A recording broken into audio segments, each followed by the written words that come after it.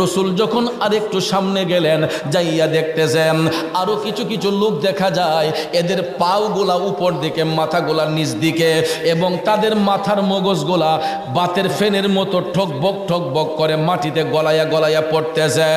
আমার রসুল এই দৃশ্য দেখে টপ টপ করে চোখের পানি ছাইরা নবীজি কাঁদতেছেন আর বলতেছেন, জিব্রাইল রে, ও জিব্রাইল, এই হতভাগ্য লোকগুলা কারা?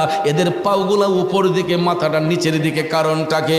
জিব্রাইল আলাইহিস সালাম ডাক দিয়া কই, নবী গো, ইয়া রাসূলুল্লাহ, মায়ার নবী গো, এরা আপনার উম্মতের মধ্যেই একদল লোক, দুনিয়ার জমিনে এরা পাওর উপর ভর করে যাইয়া মানুষ হত্যা করত, মানুষের খুন করত, মানুষের শরীর থেকে রক্ত ঝরাইত। আপনারা বলুন, এই প্রকৃতির লোক আছে না নাই?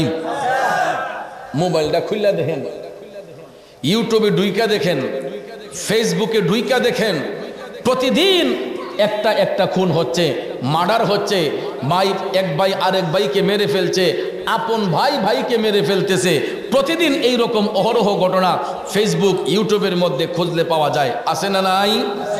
আমার যুবক বন্ধুরা, একটু মনোযোগ, লম্বা কথা বলবো না। দয়াল নবী দেখতে পাইলেন কিছু কিছু মানুষের পাওগুলা উপর দিকে, মাথাটা নিচের দিকে। এর কারণ হলো এরা দুনিয়াতে পাওর উপর ভর কইরা মানুষ হত্যা করত, মানুষের শরীর থেকে রক্ত ঝরাইত। এই জন্য আমার আল্লাহ তাআলা তাদের উপর নারাজ হইয়া জাহান্নামের মধ্যে ওই লোকগুলাকে শাস্তি প্রদান করতেছেন। রসুল বলতেছেন, কিয়ামতের আগ পর্যন্ত ওই লোকগুলা জাহান্নামের আগুনে জ্বলতে থাকবে, তাদের মাথার মগজগুলা টপ টপ করে মাটিতে গলায়া গলায়া পড়বে। শুধু তাই নয় বাবাজিরা, আর একটু সামনে যাইয়া আমার মদিনার কামলিওয়ালা নবী বিদ্রুপের মতো কান্নার শব্দ শুনতে পাইলেন। কারা যেন চিৎকার করে কান্নাকাটি করতেছে। হঠাৎ করে রসুল দেখতেছেন কিছু কিছু কবর দেখা যায়, কবরের মাটিগুলা ফাইটা, কবরের মাটিগুলা ফাইটা আগুনের ফুলকিগুলা উপর দিকে উতলাইয়া উঠতেছে। আমার দয়াল নবী টপ টপ করে চোখের পানি চাইরা কান্দা বলতেছেন, ও জিব্রাইল, মাটি ফাইটা আগুনের ফুলকি বের হচ্ছে, কান্নার শব্দ শোনা যাচ্ছে। জিব্রাইল আলাইহিস সালাম বলতেছেন, নবী গো, এরা আপনার উম্মতের মধ্যেই একদল লোক, দুনিয়ার জমিনে ওই লোকগুলা মা বাবার মনে কষ্ট দিত, মা বাবার শরীরের উপর হাত উঠাইতো। আছে না নাই? আছে না নাই? এ দেওরা গ্রামের বাবাজিরা, গভীর মনোযোগ।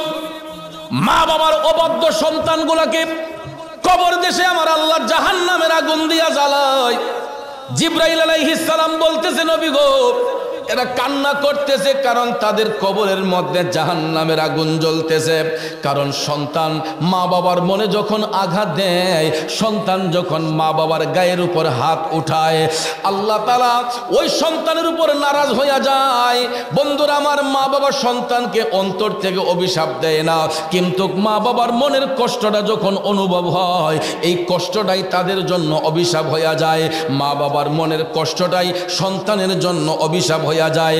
এই জন্য আল্লাহর হাবিব সাল্লাল্লাহু আলাইহি ওয়াসাল্লাম বলতেছেন, যেই সন্তানগুলা মা বাবার মনে কষ্ট দেয়, মা বাবার দিলের মধ্যে আঘাত দেয়, এদেরকে জাহান্নামের মধ্যে আমার আল্লাহ নিক্ষিপ্ত করে, জাহান্নামের আগুন দিয়া তাদেরকে জ্বালানো হয়। কিয়ামত পর্যন্ত ওই সন্তানগুলাকে জাহান্নামের আগুন দিয়া জ্বালানো হইবে। তাইলে বলুন, মা বাবার সঙ্গে সদ্ব্যবহার করা দরকার, আছে না নাই?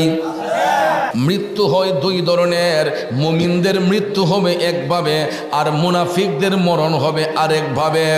এই বিষয়ে হাদিস শরীফে আল্লাহর হাবিব সাল্লাল্লাহু আলাইহি ওয়াসাল্লাম বলেছেন, মৃত্যুর ফেরেশতা মালাকুল মউত আজরাইল যখন হাজির হয়ে যাবে আমার আপনার জান কবজের জন্য, যেই দিন আমাদের মৃত্যুর যন্ত্রণা শুরু হবে, সাকারাত যেই দিন শুরু হয়ে যাবে, মৃত্যুর বিছানায় শুয়ে যখন আমরা ছটফট ছটফট করব, বন্ধুরা আমার, বাবাজিরা, দয়াল নবী মায়ার নবী বলতেছেন, মৃত্যুর ফেরেশতা এমন একটা ভয়ঙ্কর রূপে আসবে, ওই রূপটা দেখার সঙ্গে সঙ্গে কে তার আত্মীয়, কে তার স্বজন, কে তার স্ত্রী, কে তার বাবা, কে তার মা, ওই ব্যক্তিগুলো তখন আর চিনতে পারে না, বুঝতে পারে না। যখন আমার আপনার সাকারাত শুরু হয়ে যায়, দেখবেন ওই মুহূর্তে আমাদের মুখে পানি দেওয়ার জন্য স্বজনরা চতুর্দিকে ব্যারিকেড দিয়ে বসে থাকে, ঠিক না ঠিক? বাবাজিরা আমার, ওই মুহূর্তে যদি সাকারাতকৃত ব্যক্তির মুখে 7 সমুদ্র 13 নদীর পানিও যদি ঢেলে দেওয়া হয়, ওই ব্যক্তির তৃষ্ণা নিবারণ করা হবে না, ওই ব্যক্তির তৃষ্ণা নিবারণ হবে না। কারণ ওই মুহূর্তে 7 সমুদ্র 13 নদীর পানি তার মুখে ঢাললেও তার তৃষ্ণা নিবারণ হবে না। দেখবেন চামিচ দিয়ে মুখে আমরা পানি দেওয়ার চেষ্টা করি, কিন্তু ভাইয়ার আমার, আমরা যে পানি দিচ্ছে ওই লোকটা তো দেখতেছে না কে তার মুখে পানি দিচ্ছে, ওই লোকটা চিনতেছে না কে তার আত্মীয়, কে তার বাবা, কে তার মা, কে তার স্ত্রী। অর্থাৎ মৃত্যুর বিছানায় মানুষ যখন ছটফট করে, তখন আজরাইল আলাইহিস সালামের ভয়ঙ্কর রূপটা দেখার পরে অনেক মানুষের চোখগুলা দেখবেন বড় বড় হয়ে যায়, ঠিক না বেঠে? যখন সাকারাত শুরু হয়, দেখবেন অনেক মানুষের চোখগুলা বড় বড় হয়।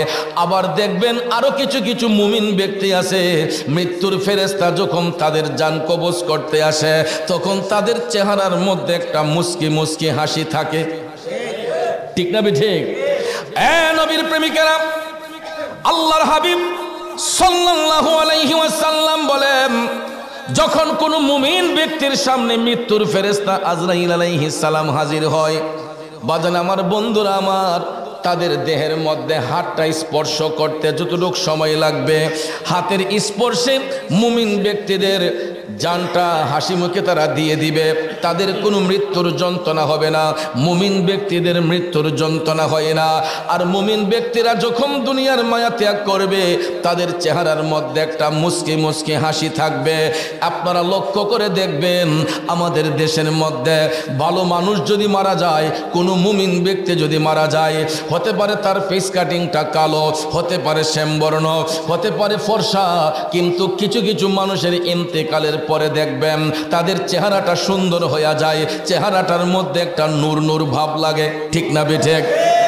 রাস্তাঘাটে দোকানপাটে বসে তখন আমরা বলি, আহ, লোকটা যেমন ভালো ছিল তার মরণটাও এত সুন্দর হয়েছে, ময়রাও যেমন হাস্যা রইছে, বলি কি বলি না? এটা মুমিনদের বৈশিষ্ট্য। মুমিন ব্যক্তিরা দুনিয়ার মায়া ছেড়ে যখন চলে যাবে, ওই মুমিন ব্যক্তিরা দুনিয়া থেকে যাবার সময় তাদের চেহারার মধ্যে একটা মুস্কি মুস্কি হাসি থাকবে। আবার কিছু কিছু ব্যক্তি দেখবেন মারা যাবার পরে তাদের চেহারাটা দেখবেন ভয়ঙ্কর রূপ ধারণ করে। অনেকের চোখগুলা দেখবেন উল্টায়া থাকে, অনেকদের চোখগুলা দেখবেন বিদ্রুপের মতো হয়ে যায়, পেস কাটিংটা বিদ্রুপের মতো হয়ে যায়। আর জান কবজের সময় আজরাইল যখন তাদের কাইসা চিপ দেয়, পায়ের বৃদ্ধাঙ্গুল থেকে টিপতে টিপতে টিপতে টিপতে দমটা যখন বুকের উপরে নিয়ে আসে গো, তখন দেখবেন মুখের মধ্যে ঘের ঘের করে একটা শব্দ বের হয়। ওই সমস্ত ব্যক্তিগুলার মুখ দিয়ে ঘের ঘের করে শব্দ বের হয়, যারা অন্যায় অত্যাচার করেছে, পাপ করেছে, জুলুম করেছে, তাদের জানটা এত কষ্টের সহিত আজরাইল আলাইহিস সালাম নিবে। পৃথিবীটা কিয়ামত যেই রকম, ওই সমস্ত সাকারাতকৃত ব্যক্তির কাছে মনে হবে যেন গোটা পৃথিবীটা কিয়ামত হইয়া যাইতেছে। বন্ধুরা আমার, বাবাজিরা, আজরাইল আলাইহিস সালামের ভয়ঙ্কর থাবায় এমন কিছু মানুষ মৃত্যুর সময় তাদের পায়খানার রাস্তা দিয়ে পায়খানা বের হইয়া যায়। এত ভয়ঙ্কর চাপ আজরাইল আলাইহিস সালাম দিবে, এত কষ্টের সহিত তাদের জীবনটা কেড়ে নেওয়া হবে। চাপের কারণে অনেক মানুষের পায়খানার রাস্তা দিয়ে লঙ্গি ভরে যায় পায়খানায়। আপনারা লক্ষ্য করে দেখবেন, যারা মৃত ব্যক্তির গোসল দেয়, আপনারা অনেক মানুষের লক্ষ্য করে দেখবেন ইন্তেকালের পরে তাদের পায়খানার রাস্তা দিয়ে ময়লা পাওয়া যায়। যদি কথা বিশ্বাস না হয়, যারা মৃত ব্যক্তির লাশ দৌত করেন, আপনারা জিনিসটা খেয়াল করে দেখবেন, কিছু কিছু মানুষের ইন্তেকালের পরে পায়খানার রাস্তা দিয়ে মল বের হয়ে যায়, ময়লা বের হয়ে যায়। কারণ মৃত্যুর ফেরেশতা মালাকুল মউত আজরাইল এত ভয়ঙ্করভাবে থাবা দিবে, যার চেহারা দেখেই অনেকের পেশাব পায়খানা বের হয়ে যায়। কিন্তু মুমিন ব্যক্তিরা, ভালো মানুষগুলা যখন দুনিয়ার মায়া ত্যাগ করবে, এরা দেখবেন ইন্তেকালের পরে তাদের পায়খানার রাস্তা দিয়ে পায়খানা পাবেন না, কিন্তু তাদের চেহারা চেহারার মধ্যে দেখবেন মুস্কি মুস্কি হাসি থাকে। কারণ বাজান আমার বন্ধুরা আমার, আখিরাতের প্রথম ঘাঁটিটাই হইল কবর। আখিরাতের প্রথম ঘাঁটিটাই হলো কবর। এই কবরের ঘাটে যদি কেউ আটকা পড়ে যায়, অন্য কোনো ঘাট পার হওয়া তার পক্ষে সম্ভব হবে না। আর কবরের ঘাটটা যেই ব্যক্তি সহজে পার হইয়া যাবে, অন্য কোনো ঘাটের মধ্যে ওই ব্যক্তি আর আটকে থাকবে না। মুমিন ব্যক্তিরা হাসি দিয়ে যাওয়ার কারণ হলো এদের কবরের মধ্যে তাদের কোনো চিন্তা নাই। কারণ মুমিন ব্যক্তিরা কবরে যাবার পরে, প্রত্যেকটা মানুষ যখন কবরে যাবে তাদেরকে তিনটা প্রশ্ন করা হবে। কয়টা? কবরের প্রশ্ন কয়টা? এটা আমরা সবাই জানি, কবরের প্রশ্ন তিনটা। এর প্রথম প্রশ্নটাই হলো মান রাব্বুকা, তোমার রবকে। যদি মুমিন ব্যক্তি হয় ওই ব্যক্তি হাসি মুখে বলবে রব্বি আল্লাহ, আমার রব আল্লাহ। ওমান দীনুকা, তোমার দিন কি? তখন মুমিন ব্যক্তি যদি হয় ঠাস করে বলে ফেলবে দীনিয়াল ইসলাম, আমার দিন হলো ইসলাম। ভাইয়ার আমার, ওই মুহূর্তে রহমাতাল্লিল আলামিন নূর নবীকে যার যার কবরের মধ্যে হাজির করা হবে। আল্লাহর হাবিব সাল্লাল্লাহু আলাইহি ওয়াসাল্লামকে দেখিয়ে বলা হবে ওমান হাজার রজুল, তোমার রসুলকে, ওনাকে চিনতে পারো? মুমিন ব্যক্তি যদি হয় তখন বলে ফেলবে হাজা মুহাম্মদুর রাসূলুল্লাহ সাল্লাল্লাহু আলাইহি ওয়াসাল্লাম। মুমিন ব্যক্তি হলে আমার নবীর চেহারা মুবারক দেখার সাথে সাথেই নবীর প্রেমে ফানা হয়ে যাবে। এই তিনটা প্রশ্নের উত্তর যখন দিয়ে ফেলবে, তখন ভাইয়ার আমার, বন্ধুর আমার, ওই ব্যক্তির কবরটা সুখের হয়ে যায়। আমার আল্লাহ রহমতের ফেরেশতার মাধ্যমে ওই কবরটাকে নূরের মহল বানাইয়া দেয়। দুনিয়ার জমিন থেকে মুমিন ব্যক্তির যখন ইন্তেকাল হয়, দেওয়ার এলাকার বাবাজিরা, মুমিন ব্যক্তিরা দুনিয়া ছেড়ে যাওয়ার পরে তাদের কবরটা 3.5 হাত থাকে না। হাদিস শরীফের মধ্যে মদিনার কামলিওয়ালা নবী, মায়ার নবী, দয়ার নবী বলেছেন, মুমিন ব্যক্তির ইন্তেকালের পরে তাদের কবরটা নূরের মহল হয়ে যায়। আফসোস হবে ওই সমস্ত জাহান্নামী লোকগুলার জন্য। কারণ জাহান্নামী লোকগুলা যখন দুনিয়া ছেড়ে যাবে, তাদের চেহারাটা বিকৃত হয়ে যাবে, তাদের চেহারার মধ্যে পরিবর্তন হয়ে যাবে, চোখগুলা বড় বড় হয়ে যাবে, বিদ্রুপের মতো হয়ে যাবে। ওই মুহূর্তে তাদেরকে কবরের মধ্যে পাঠাইবার পরেও প্রশ্ন যখন করা হবে তিনটা, একটা প্রশ্নের উত্তর তখন ওই জাহান্নামীরা দিতে পারবে না। তিনটা প্রশ্নের একটা উত্তর যখন দিতে পারবে না, তখন দুই পাশের মাটি এমনভাবে তাকে চাপ দিয়া ধরবে। হাদিস শরীফের মধ্যে আমার নবী কামলিওয়ালা বলেছেন, মুরগের হাড্ডিতে কামড় দিলে যেই রকম মর মর করে ভেঙে যায়, জাহান্নামী ব্যক্তিগুলোকে কবরে রাখার পরে দুই পাশের মাটি যখন চাপ দিবে, তাদের ডান পাজরের হাড্ডিগুলা বাম পাজরে চলে যাবে, বাম পাজরের হাড্ডিগুলা ডান পাজরে চলে আসবে। মর মর করে ধুলি করার মতো ধুলিসাৎ হয়ে যাবে। ওই জাহান্নামীদেরকে কবরে রাখার পরে তাদের কবর প্রশস্ত হবে না, বরঞ্চ দুই পাশের মাটি এমনভাবে তাদেরকে কবরের মধ্যে চাপ দিবে, মাটির চাপে এদের কবরের মধ্যে জাহান্নামের আগুন ধাউ ধাউ করে জ্বলবে। জুরে জুরে কন্যা নাউজুবিল্লাহ। তাহলে বলুন বাজান, আমরা কি কবরে শান্তি চাই না অশান্তি চাই? কবরটাকে শান্তি চাই নাকি অশান্তি চাই? আমার কমিটির ভাইয়েরা বলেছে, হুজুর কবর হাসর সম্পর্কে দুই একটি কথা শোনাবেন। আসলে বাজান আমার বন্ধুরা, কবর হাসরের কথা বলতে গেলেই তো দয়াল নবী, মায়ার নবীর প্রেমের কথা বের হয়ে যায়। কারণ আজকে কবরের আমরা যে আলোচনা পাইলাম, এটা পাইছে একমাত্র আমার নবীর কারণে, ঠিক না বেঠে? আল্লাহর হাবিব সাল্লাল্লাহু আলাইহি ওয়াসাল্লাম যখন মেরাজ শরীফের মধ্যে গিয়েছিলেন, আমার আল্লাহ তাআলা আপন হাবিবের জন্য জান্নাত জাহান্নামকে সুসজ্জিত করেছিলেন। জান্নাত জাহান্নামকে আল্লাহ তাআলা সুসজ্জিত করেছিলেন হাবিবকে দেখানোর জন্য। আল্লাহ রাব্বুল আলামিন আরশ কুরসি লৌহ কলম সব কিছু ফেরেশতাদের মাধ্যমে সাজাইয়া দিছে। বন্ধুরে, আমার মদিনার কামলিওয়ালা নবী, মায়ার নবী, দয়ার নবী যখন প্রথম আসমানের মধ্যে উত্তোলন হইলেন, প্রথম আসমানে যাইয়া মানব জাতির আদি পিতা বাবা আদম শফিউল্লাহর সাথে যেদিন সাক্ষাৎ হলো, আদম নবী সাক্ষাৎ পাওয়ার পরে তিনি মারহাবা জানাইয়া রসুলকে অভ্যর্থনা জানালেন। তার পরে আমার রসুলকে জান্নাত এবং জাহান্নাম দেখার আবদার করা হলো যে ওগো হাবিব, আপনার জন্য রব্বুল আলামিন জান্নাত এবং জাহান্নামকে সুসজ্জিত করেছেন, আপনি চাইলে আগে জান্নাত দেখতে পারেন, আপনি চাইলে আগে জাহান্নামটাও দেখতে পারেন। আমার মদিনার কামলিওয়ালা নবী, দয়ার নবী ডাক দিয়ে বলতেছে, জিবরাইল, আমি জান্নাত দেখব, পরে আগে জাহান্নামের অবস্থা দেখতে চাই। নবী আমার জান্নাত পরে দেখবেন, জাহান্নামটা আগে দেখতে চাইলেন। আমার মদিনার কামলিওয়ালা নবী ডাক দিয়া কয়, জিবরাইল, আমার উম্মতদেরকে জাহান্নামে কোন হালতের মধ্যে রাখা হয়, আমি আগে জাহান্নামের অবস্থাটা দেখতে চাই। জিবরাইল আলাইহিস সালাম আমার নবীজির পিছন পিছনে রসুল জাহান্নামের গেট দিয়ে প্রবেশ করলেন জাহান্নামটা দেখার জন্য। এ বন্ধু, জাহান্নামে প্রবেশ করার সাথে সাথে আমার রসুল দেখতে পাইলেন কিছু কিছু লোক দেখা যায়, এরা নিজের শরীরের গোশত নিজে চাবায়া চাবায়া খায়। নাউজুবিল্লাহ, কি বলবেন না? মদিনার কামলিওয়ালা নবী এই দৃশ্যটা দেখার সঙ্গে সঙ্গে টপ টপ করে চোখের পানি ছেড়ে কান্না শুরু করে দিলেন। ও জিবরাইল, এই লোকগুলা নিজের শরীরের গোশত নিজে চাবায়া খাচ্ছে। জিবরাইল রে, এরা কারা?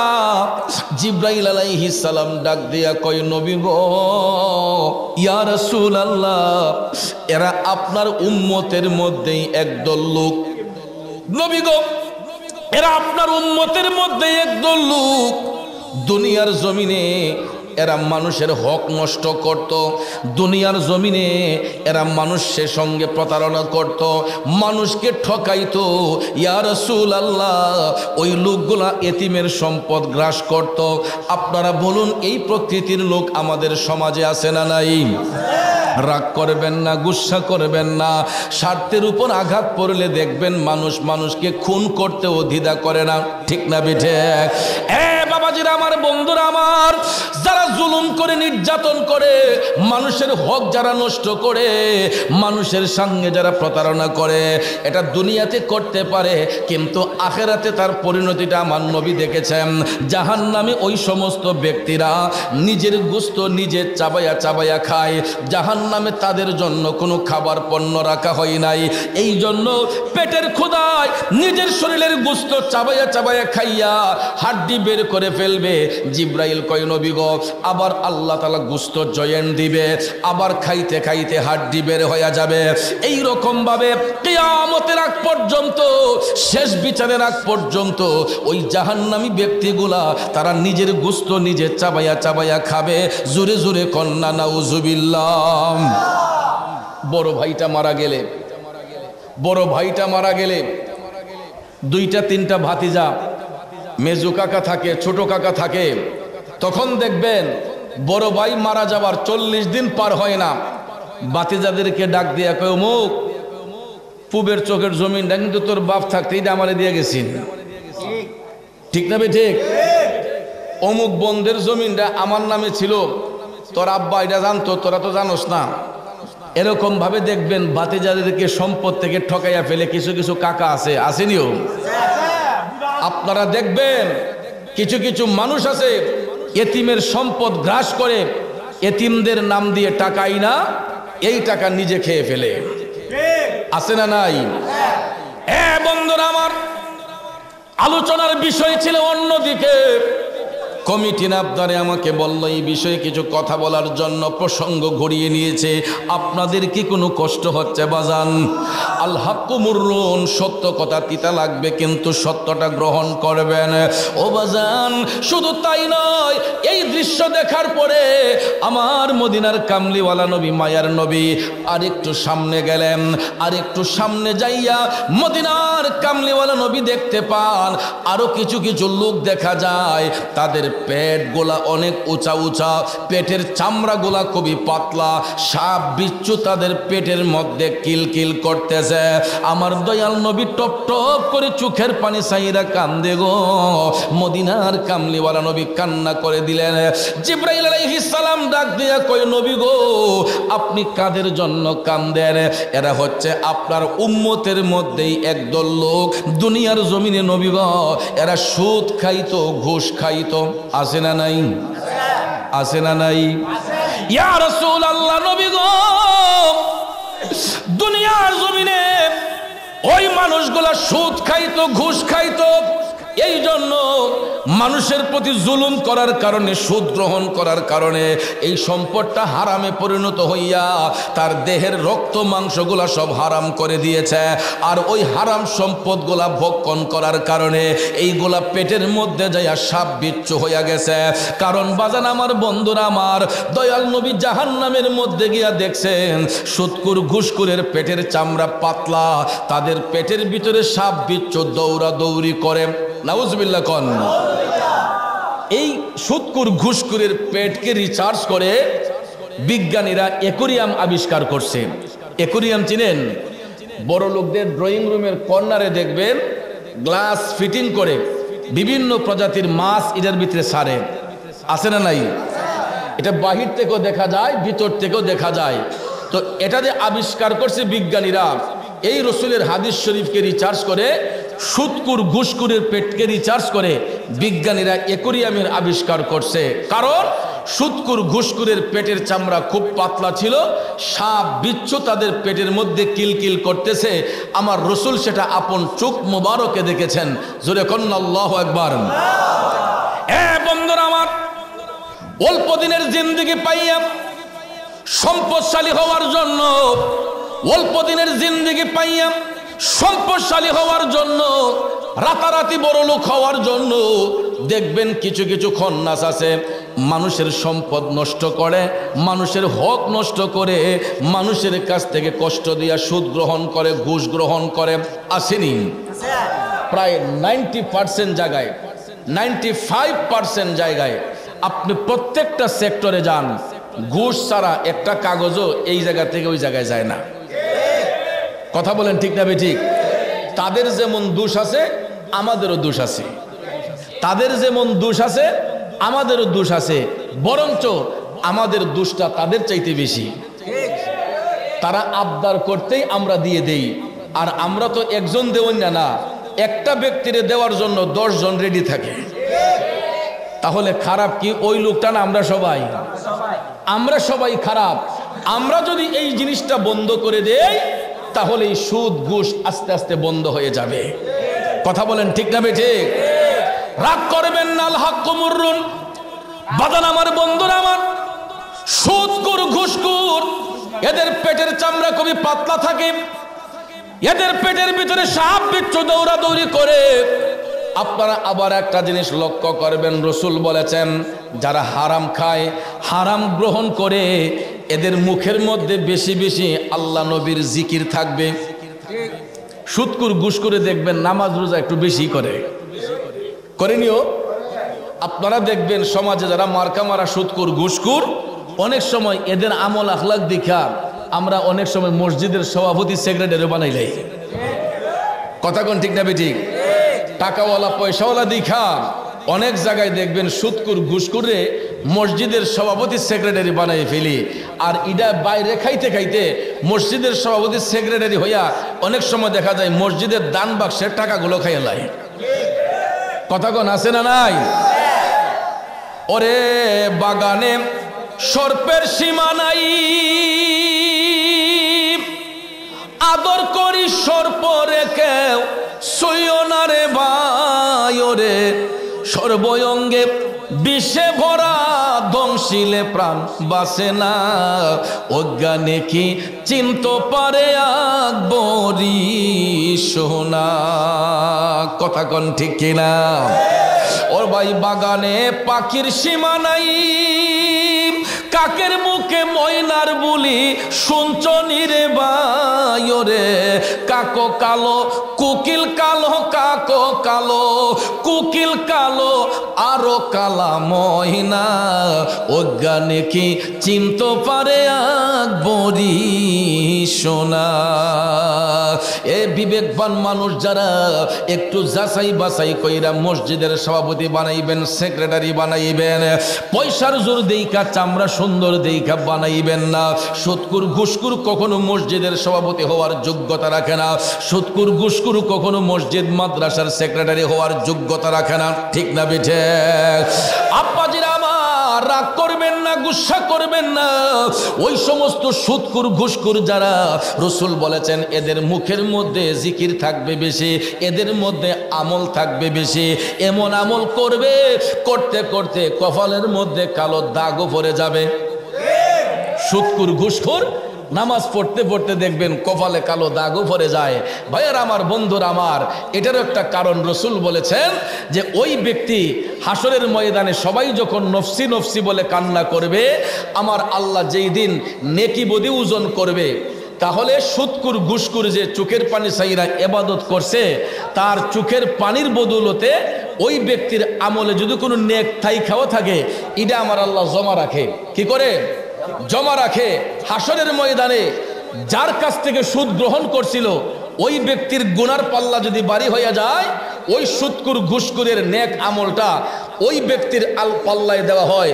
যার কাছ থেকে সুদ গ্রহণ করেছিল, ওই ব্যক্তির প্রতি জুলুম করেছিল, তার নেকের পাল্লা তখন ভারী করে দেওয়া হয়। এই জন্য আমার বাবাজিরা, বন্ধুরা, সুদকুর ঘুষকুরদের ফলো করে দেখবেন, এরা নামাজ পড়বে, রোজা রাখবে, এরা দেখবেন বেশি বেশি ওজিফা পড়বে, কিন্তু দেখবেন এরা সঙ্গে সঙ্গে আবার মিথ্যা কথাও বলে ফেলে। আছে না নাই? বিভিন্ন এলাকায় বিচার আচার হইলে দেখবেন অনেক বিচারকরা বিচারকে বসে, সালিসি বৈঠকের মধ্যে বসে, আজানটা হইলেই দেখবেন পহর থেকে টুপিটা বাইর করে করে নামাজটা হইরাই, নামাজটা ফুরি এ দেখবেন হাসারে মিশা কইতাছে, মিশারে হাসা কইতাছে। আছে না নাই? বেশি লাগে না? আমাদের দেশে ইমান নষ্ট করার জন্য 500 টাকার একটা নোটিশ যথেষ্ট। তলে দা গিয়া যদি 500 টাকা ধরাইয়া দেন, ও যা রায় তোর ভুক্কি যাইব। আমি আছি, কথা কোন ঠিক না? ঠিক, আমি আছি, তুই চিন্তা করিস না, না হয় তেলটা ঘুমাগা। এইরকম ভাবে সাদাকে সাদা বলার লোক নাই, কালোকে কালো বলার লোক নাই, সত্যকে মিথ্যা বানায়, মিথ্যাকে সত্য বানায় যারা, ওই সমস্ত ব্যক্তিগুলা জাহান্নামের মধ্যে পতিত হয়ে যায়। আর সুদখোর ঘুষখোর যারা, তাদের পেটের চামড়া পাতলা হয়, পেটগুলা বড় বড় হয়। রসুল বলেছেন এদের পেটের মধ্যে সাপ বিচ্ছু কিলকিল করতেছে। আর জিব্রাইল ফেরেশতা রসুলকে ডাক দিয়া বললেন, নবী গো, সুদখোর ঘুষখোরের পেটের মধ্যে যেই সাপে কামড়াইতেছে, এই একটা সাপ যদি দুনিয়াতে বের হইয়া কালো শ্বাস মারে, নবী গো, এই সুদখোর ঘুষখোরের পেটের সাপগুলা যদি দুনিয়াতে বের হইয়া একটা কালো শ্বাস মারে, এই সাপের বিষে গোটা পৃথিবীটা অন্ধকার হইয়া যাইব। জোরে জোরে কন্যা নাউজুবিল্লাহ। বাগান সুদখোর ঘুষখোরের পেটে যেই সাপ, একটা সাপ বের হইয়া যদি কালো একটা শ্বাস মারে, জিব্রাইল ফেরেশতা বলতেছে, ইয়া রাসূলুল্লাহ, গোটা পৃথিবীটা অন্ধকার হয়ে যাবে। কিন্তু ওই সুদখোর ঘুষখোরের পেটের মধ্যে কিয়ামত পর্যন্ত এই বিষধর সাপগুলা কামড়াইতে থাকবে, কিয়ামত সংগঠিত হওয়ার আগ পর্যন্ত। এখন বলুন, আমরা হারাম খাইব না ছাড়ব? ও মিয়া, রিজিকের মালিক কে? জুলে বলেন, রিজিকের মালিক কে? গত কয়েক বছর আগে যে করোনা মহামারী গেছে, আমরা ডরাইয়া নাইয়ের গোড়াত মুসরা মারছে, না জানি মইরা জায়গা। কিন্তু যত ভয় পাইছি না কেন, আমাদের ঘরে কি খাবারের কোনো কমতি ছিল? বলেন, কারো ঘরে রিজিক কম ছিল? মহামারী করোনা যে গেছে, তখন মানুষ আরো বেশি বেশি বালা খাইছে। না মিথ্যা বললাম? রিজিকের মালিক কে? হারাম খাইয়া রিজিক বাড়াবো, এই হারাম খাইয়া রিজিক বাড়াইলে এটা তো হালাল হয় না, এটা রক্ত মাংসগুলাকে হারাম করে ফেলে। এই জন্য 3 বেলা না খাইয়া প্রয়োজন হলে 1 বেলা খাবো, তারপরে যাতে আমাদের খাবারটা হালাল হয়। হালাল রুজি যারা উপার্জন করবে, হালাল রিজিক যারা ভক্ষণ করবে, ওই ব্যক্তির শরীরের রক্ত মাংসগুলাও আল্লাহর জিকির করে। শরীরের পশমগুলোও মৌলার জিকিরে ফানা হয়। এই জন্য দেখবেন ওই মুমিন ব্যক্তিরা দুনিয়া ছেড়ে যাবার পরে তাদের কবরটাও শান্তির হয়, ঠিক না বে ঠিক? যাক ভাইয়ের আমার, জান্নাতের আলোচনা আর একটু পরে করতেছি, আসুন জাহান্নামের আরো কিছু আলোচনা আমরা শুনে যাই। রসুল যখন আরেকটু সামনে গেলেন, যাইয়া দেখতেছেন আরো কিছু কিছু লোক দেখা যায়, এদের পাওগুলা উপর দিকে, মাথাগুলা নিচ দিকে, এবং তাদের মাথার মগজগুলা বাতের ফেনের মতো ঠকবক ঠকবক করে মাটিতে গলায়া গলায়া পড়তেছে।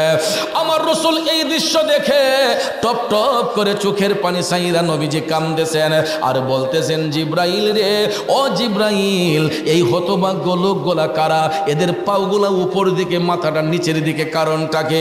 জিব্রাইল আলাইহিস সালাম ডাক দিয়া কই, নবী গো, ইয়া রাসূলুল্লাহ, মায়ার নবী গো, এরা আপনার উম্মতের মধ্যেই একদল লোক, দুনিয়ার জমিনে এরা পাওয়ার উপর ভর করে যাইয়া মানুষ হত্যা করত, মানুষরে খুন করত, মানুষের শরীর থেকে রক্ত ঝরাইত।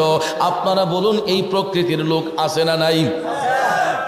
মোবাইলটা খুললা দেখেন, ইউটিউবে ঢুইকা দেখেন, ফেসবুকে ঢুইকা দেখেন, প্রতিদিন একটা একটা খুন হচ্ছে, মার্ডার হচ্ছে, ভাই এক ভাই আরেক ভাইকে মেরে ফেলছে, আপন ভাই ভাইকে মেরে ফেলতেছে। প্রতিদিন এই রকম অহরহ ঘটনা ফেসবুক ইউটিউবের মধ্যে খুঁজলে পাওয়া যায়, আছে না নাই? আমার যুবক বন্ধুরা, একটু মনোযোগ, লম্বা কথা বলবো না। দয়াল নবী দেখতে পাইলেন কিছু কিছু মানুষের পাওগুলা উপর দিকে, মাথাটা নিচের দিকে। এর কারণ হলো এরা দুনিয়াতে পাওর উপর ভর কইরা মানুষ হত্যা করত, মানুষের শরীর থেকে রক্ত ঝরাইত। এই জন্য আমার আল্লাহ তাআলা তাদের উপর নারাজ হইয়া জাহান্নামের মধ্যে ওই লোকগুলাকে শাস্তি প্রদান করতেছেন।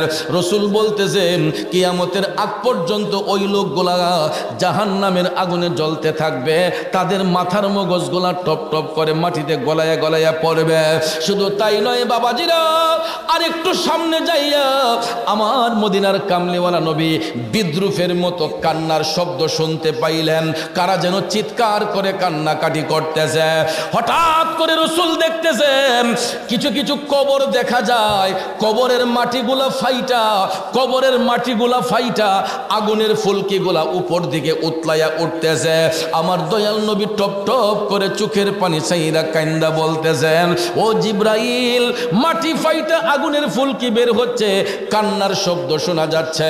জিব্রাইল আলাইহিস সালাম বলতেছেন, নবী গো, এরা আপনার উম্মতের মধ্যেই একদল লোক, দুনিয়ার জমিনে ওই লোকগুলা মা বাবার মনে কষ্ট দিত, মা বাবার শরীরের উপর হাত উঠাইত। আছে না নাই? আছে না নাই? এ দেওরা গ্রামের বাবাজিরা, গভীর মনোযোগ। মা বাবার অবাধ্য সন্তানগুলাকে কবর দেশে আমার আল্লাহ জাহান্নামের আগুন দিয়া জ্বালায়। জিব্রাইল আলাইহিস সালাম বলতেছে, নবী গো, এরা কান্না করতেছে কারণ তাদের কবরের মধ্যে জাহান্নামের আগুন জ্বলতেছে। কারণ সন্তান মা বাবার মনে যখন আঘাত দেয়, সন্তান যখন মা বাবার গায়ের উপর হাত উঠায়, আল্লাহ তাআলা ওই সন্তানের উপর নারাজ হইয়া যায়। বন্ধুরা আমার, মা বাবা সন্তানকে অন্তর থেকে অভিশাপ দেয় না, কিন্তু মা বাবার মনের কষ্টটা যখন অনুভব হয়, এই কষ্টটাই তাদের জন্য অভিশাপ হইয়া যায়। মা বাবার মনের কষ্টটাই সন্তানের জন্য অভিশাপ হইয়া যায়।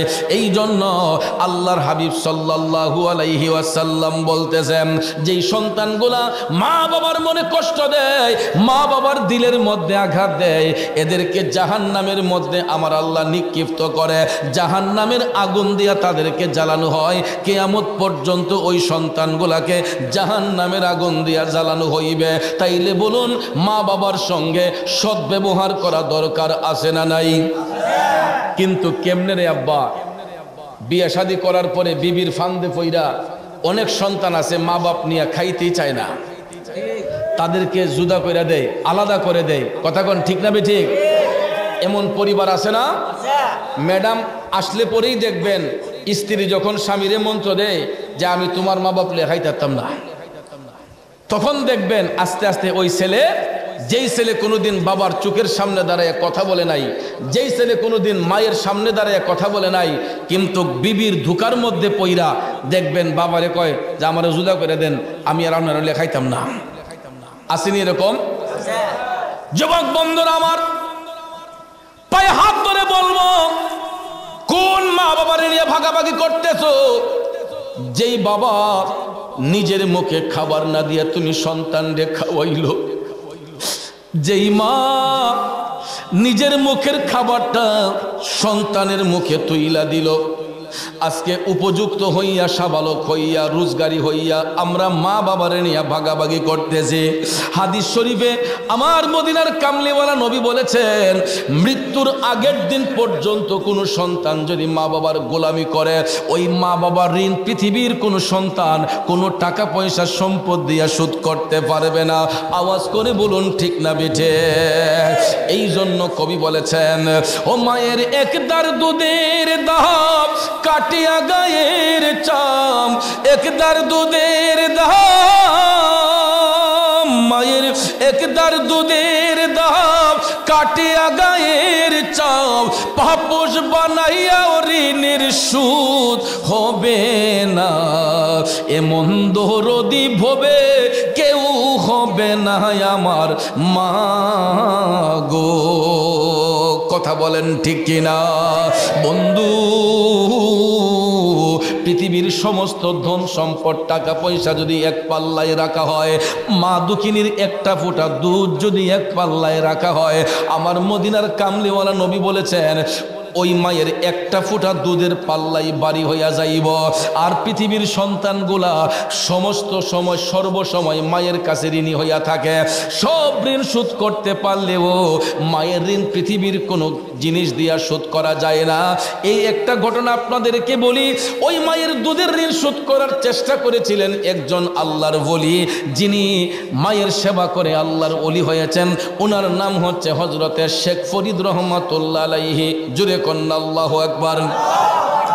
শেখ ফরিদের জীবনী পড়ে দেখলাম, উনি একজন মা ভক্ত সন্তান ছিলেন। ভাইয়ের আমার, বন্ধুরা আমার, শেখ ফরিদ একজন ব্যবসায়ী মানুষ ছিলেন। আল্লাহর হাবিব সবচেয়ে বেশি পছন্দ করতেন ব্যবসা। ব্যবসাকে রাসূল পছন্দ করতেন। এই জন্য আমার নবীর সুন্নতকে ধরে রাখার জন্য শেখ ফরিদ রিজিকের তালাশ করার জন্য তিনি ব্যবসা বাণিজ্য করতেন। হাজিরিন, শেখ ফরিদ প্রতিদিন ব্যবসা কইরা যখন বাড়িতে আসতেন, শোবার ঘরে যাইয়া তিনি চিন্তা করতেন, দেখি তো পৃথিবীতে কেউ আসেনি, আমার কাছে কোনো লেনদেন পাই কিনা। তিনি অনেকক্ষণ চিন্তা ভাবনা করে দেখতেন, জানা মতো সবার ঋণ পরিশোধ করা, কেউ তার কাছে কোনো টাকা পয়সা পায় না। শেখ ফরিদও কারো কাছে কোনো লেনদেন নাই, টাকা পয়সা পাওনা নাই। একদিন, 2 দিন, 3 দিন যাবার পরে হঠাৎ একদিন শেখ ফরিদ সুবার ঘরে আইসা তিনি ভাবতে ভাবতে হঠাৎ করে একটা ঋণ তিনি খুঁজে বের করলেন। আমি তো ছোট্টবেলায় আমার মায়ের স্তন থেকে দুধ পান করেছে, আমি শেখ ফরিদ ছোট্টবেলায় তো আমার মায়ের স্তন থেকে দুধ পান করেছে, আমি তো আমার মায়ের কাছে ঋণী হয়ে আসি, আমি তো আমার মার কাছে ঋণী, আমার মার দুধ পান করছি, আমার জানা মতো অন্য কোনো ঋণ নাই, একটা ঋণ আছে, আমার মায়ের দুধের ঋণটা আমাকে শোধ করতে হবে। তখনও তিনি বুঝতে পারেন নাই যে রাসূল হাদিস শরীফে বলে রাখছেন যে মৃত্যুর আগের দিন পর্যন্ত মার গোলামি করলে ওই মায়ের দুধের ঋণ শোধ হয় না। এটা না জানার কারণে শেখ ফরিদ তিনি মার কি কাছে দুধের দাবি নেওয়ার জন্য সারাটা রাত বিছানার মধ্যে ঘুমান নাই, ছটফট করতেছেন। দেখবেন টেনশন যখন থাকে, ঘুমের ট্যাবলেট খাইলেও ঘুম আসে না, ঠিক না বেঠিক?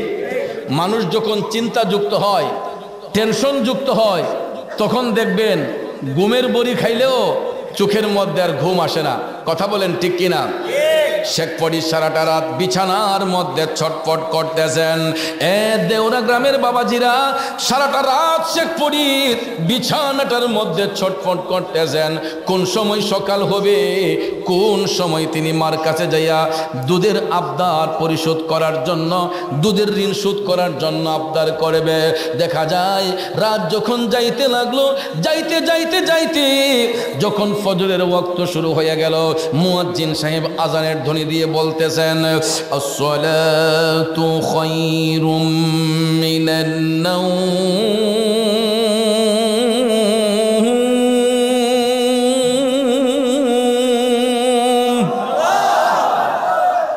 এই আওয়াজটা শুনলে কোন মুমিন ব্যক্তি কি বিছানায় পিঠ রাখতে পারে? কথা বলেন, পারে? কিন্তু আমরা এমন পুরা কপাইল্লা, গড়ের কাছে মসজিদ, ফজরের আজান দিলে মাইকে আমরা গড়ের থেকে আজান শুনি না, এমন ঘুম আমাদের চোখের মধ্যে। আর মুমিন ব্যক্তি যারা হয় এরা 7 রাইতের জাগনা হলেও যখন ফজরের টাইমে বলা হয় আসসালাতু খায়রুম মিনান নাওম, কোন মুমিন ব্যক্তি আর বিছানায় পিঠ রাখতে পারে না। কথা কোন ঠিক না বিঠে? আব্বাজির আমার গভীর মনোযোগ, মনোযোগ। শেখ ফরিদ যখন আজানের ধ্বনি শুনলেন আসসালাতু খায়রুম মিনান নাওম, তিনি জাগ্রত হয়ে গেলেন নামাজ পড়ার জন্য। শেখ ফরিদ বিছানা ছেড়ে দিলেন, ওনার মা বিছানা ছেড়ে দিলেন জাগ্রত হইয়া। মা অজু সহকারে নামাজের মুসল্লায়, শেখ ফরিদ মসজিদের মধ্যে চলে গেলেন নামাজ পড়ার জন্য। ফজরের নামাজ যখন শেষ হয়ে গেল, ফজরের নামাজ যখন শেষ হয়ে গেছে গো, শেখ ফরিদ শিশির বেদা সকালে তিনি আস্তে আস্তে বাড়ির মধ্যে প্রবেশ কইরা মার শিয়রে যাইয়া দেখে ফজরের নামাজ পড়িয়া দরদি মা বৈশা বৈশা কোরআন তেলাওয়াত করতেছে। কি করতেছে? কোরআন তেলাওয়াত করতেছে। বর্তমানে কি কোরআন তেলাওয়াতের রেওয়াজ আমাদের সমাজে চালু আছে? অনেক পরিবারে নাই, হাতে গোনা কয়েকটা পরিবার। আর না হলে এখন আর এই দৃশ্য দেখা যায় না। আমরা যখন ছোট্ট ছিলাম, আজ থেকে প্রায় 30 বছর আগের কথা বলতেছি, আজ থেকে প্রায় 30 বছর আগের কথা বলতেছি, যখন ছোট্ট ছিলাম আমরা যখন মক্তবে যাইতাম তখন দেখতাম আমাদের গ্রামের বাড়ির লম্বা উঠান ছিল। বড় চাচা, মেজু চাচা, ছোটো চাচা ফজরের নামাজ পড়ে তারা চাটি বিছাইয়া উঠানের মধ্যে বৈশা কোরআন তেলাওয়াত করতেন। আমাদের মা চাচিরা তারা ফজরের নামাজ পড়ে ঘরে বৈশা তারা কোরআন তেলাওয়াত করতেন। ঠিক না ঠিক? নবীর প্রেমিকারা, ওই যুগটা বড় ভালো একটা যুগ ছিল রে। যেই যুগের মধ্যে মানুষের তাকওয়া মজবুত ছিল, যেই যুগের মধ্যে মানুষের আমল মজবুত ছিল। কিন্তু এই ডিজিটাল যুগের মধ্যে আইসা আমরা মানুষগুলা সব ডিজিটাল হয়ে গেছি। ডিজিটাল যুগে আইসা আমরা মানুষগুলো এখন ডিজিটাল হয়ে গেছি। দিন দিন ইমানের শক্তি বাড়ার কথা, কিন্তু আমাদের ইমানের পাওয়ার কমতেছে। যুগ যত ডেভেলপ হচ্ছে আমাদের ইমান আকীদা আস্তে আস্তে নষ্ট হচ্ছে। কথা কোন ঠিক কিনা? এটার কারণ হলো আগে সকালবেলা মা চাচিরা ফজরের নামাজ পড়ে কোরআন তেলাওয়াত করে ঘর বাড়ি ঝাড়ু দিয়া বিসমিল্লাহ বইলা চুলার মধ্যে আগুন দিছে। তাদের এই বরকতি হাতের নাস্তা পানি খাইয়া আমাদের বাপ চাচারা অফিস আদালতে ক্ষেত খামারে কাজে গেছে। কথা কোন ঠিক না ঠিক? আর এখন রেডিমেড নাস্তা খাইয়া আমাদের শরীরের মধ্যে রোগ ব্যাধি দেখা দিতেছে। এই ফার্ম অয়েল খাইয়া, সয়াবিন খাইয়া, এরপরে কেয়ার আউজুবিল্লাহ বিসমিল্লাহ। সকালবেলা দেখবেন রেডিমেড নাস্তা, অনেকে এখন ঘরে নাস্তা বানায় না, ঘরের সামনেই দোকান, হোটেল, হোটেল থেকে নাস্তা কিনাই না খাইয়া দেখবেন গ্যাস্ট্রিকের ব্যথা, ডাইনে গুতায় বামে গুতায়। কথা কোন ঠিক কিনা? বাজান আমার, বন্ধুরা আমার, আস্তে আস্তে পেটের সমস্যা হয়, লিভার সিরোসিস হয়, লিভারে নষ্ট প্রবলেম হয়। একটাই কারণ হলো ওই খাবারগুলো হালালভাবে আসতেছে না। যদি আমরা টাকা দিয়ে আনতেছি, কিন্তু ইরা বানাইতে গিয়া বিসমিল্লাহ আউজুবিল্লাহ বলা হয় নাই। কথা কোন ঠিক না ঠিক? পাক পবিত্রতা নাই, আমল নাই, আখলাক নাই, যেই কারণে এই খাবারগুলোও আমাদের শরীরের মধ্যে গিয়া পুষ্টি যোগায় না, আস্তে আস্তে ক্ষতির দিকে ধাবিত করে। আপনাদের কি রাগ করতেছেন? আমার বাবাজিরাম, মা চাচিরাম ফজরের নামাজ পড়ি, কোরআন তেলাওয়াত করে ঘর বাড়ি ঝাড়ু দিয়া বিসমিল্লাহ বলে চুলায় আগুন দিছে রে। কিন্তু বর্তমান জামানার মধ্যে সকালবেলা যদি কোনো পাড়া মহল্লা দিয়া যাওয়া যায়, অনেক ঘরের দরজাই খোলা হয় না, জানালা খোলা হয় না, ঘরের দরজা বন্ধ থাকে, জানালা বন্ধ থাকে। ওই ঘরের মধ্যে কিভাবে রহমত হবে? ওই ঘরের মধ্যে কিভাবে রহমত প্রবেশ করবে? কারণ আমরা নবীর সুন্নাহকে মানি না। কারণ হাদিস শরীফের মধ্যে রাসূল বলেছেন, ফজরের নামাজ পড়ার সাথে সাথে তোমরা ঘরের দরজা জানালাগুলো সব খুলে দাও, ওপেন করে দাও। এটা মনে রাখবেন, ফজরের নামাজ পড়া ঘরের দরজা জানালা সব কিছু খুলে দিবেন। কারণ ওই মুহূর্তে রহমতের হাওয়া ঘরের মধ্যে প্রবেশ করে। সকালবেলার হাওয়াটা, এটারও কারণ আছে। কারণটা কি জানেন? এশারের নামাজ পড়া মুমিন ব্যক্তিরা যখন ঘুমের ঘরে যায়, এশারের নামাজ পড়া মুমিন ব্যক্তিরা যখন ঘুমের মধ্যে যায়, তখন আল্লাহ তাআলা একদল ফেরেশতা পাঠান, ওই মুমিনদের শিয়রে দাঁড়াইয়া এরা সারা রাত জিকির করে। এই জন্য মুমিন ব্যক্তির ঘুমটাও একটা ইবাদত। মুমিন ব্যক্তির কি ঘুমটাও একটা ইবাদত। ওই মুমিন ব্যক্তি এশারের নামাজ পড়ে ফজরের আগ পর্যন্ত যতক্ষণ ঘুমের ঘরে থাকবে, আল্লাহ তাআলা একদল ফেরেশতা নিয়োজিত করেন তাদের শিয়রে দাঁড়াইয়া জিকির করার জন্য। যখন ফজরের আজান যখন হয়ে যায়, ওই ফেরেশতাদেরকে ছুটি প্রদান করা হয়। এরা তাদের ডিউটি শেষ করে এরা যখন তাদের পালক ঝাড়া দিয়ে যায়, তখন তাদের পালকের ঝাড়ায় গোটা পৃথিবীটা শীতল হয়ে যায়। এই জন্য আপনারা লক্ষ্য করে দেখবেন, ফজরের টাইমে যত গরমের তাপই থাকুক না কেন, ফজরের সময় দেখবেন শরীরের মধ্যে একটা হিমেল হাওয়া বইতে থাকে, ঠিক না ঠিক? এই জন্য রসুল বলেছেন যে ফজরের টাইমে সকালবেলা ভোরবেলা তোমরা ঘরের দরজা জানালা সব কিছু খুলে দাও। ওই বাতাসটা ঘরের মধ্যে প্রবেশ করলে কলেরা রোগ বেমার আর ওই ঘরে আসবে না। কিন্তু আমরা সকালবেলা কি করি, ঘরের দরজা জানালা আরো বেশি বেশি করে বন্ধ রাখি। ভাইয়ারা আমার, বন্ধুরা আমার, নামাজ পড়তে চাই না, কোরআন তেলাওয়াত করতে চাই না, তাহলে কিভাবে আল্লাহর রহমত আমাদের ঘরে প্রবেশ করবে? কষ্ট হচ্ছে আপনাদের? বলতেছিলাম কি, শেখ ফরিদের মা ফজরের নামাজ পড়ে কোরআন শরীফ তেলাওয়াত করতেছেন। বাবাজিরা আমার, বন্ধুরা আমার, কোরআন শরীফ তেলাওয়াত করতেছেন। শেখ ফরিদ মায়ের শিয়রের মধ্যে দাঁড়াই আছেন। হঠাৎ করে মা যখন বুঝতে পারলেন শেখ ফরিদ মায়ের শিয়রে দাঁড়ানো, তখন মা কোরআন তেলাওয়াত স্টপ করে দিয়া পিছন ফিরে তাকাইয়া দেখে গো, শেখ ফরিদের চোখ দুইটা আগুনের মতো লাল হয়ে আছে। মা ডাক দিয়া কয়, শেখ ফরিদ, কিরে বাজার, রাতে কি বিছানায় ঘুমাস নাই? তোর চোখ দুইটা আগুনের মতো লাল হয়ে আছে কেন? কারণ সন্তানের চেহারার দিকে তাকাইলে মা বুঝতে পারে সন্তানের ব্যথাটা কি, ঠিক না বিঠে? বাবাজিরা আমার, বন্ধুরা আমার, মা যখন ডাক দিয়ে কয়, শেখ ফরিদ, তোর চেহারাটা কেমন কেমন লাগতেছে, কিরে শেখ ফরিদ, রাতে কি ঘুমাস নাই?